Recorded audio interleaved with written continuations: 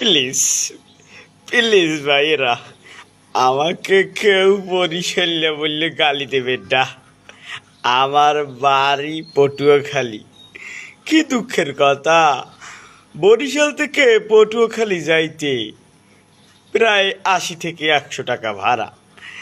সেখানে আমি কি করছি, একটু প্রশ্ন ফাঁস করছি, কিন্তু বেইমানি তো করি নাই কারোর সাথেই।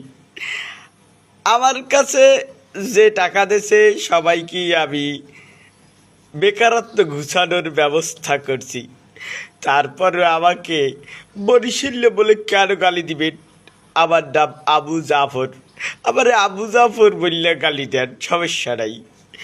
কিন্তু আমারে মির্জাফর বললেও গালি দিতে পারবেন, কিন্তু বরিশাল্য বললেন না প্লিজ। আমার বাড়ি পটুয়াখালী, প্রয়োজনে পটুয়াখালী বললে গালি দেন।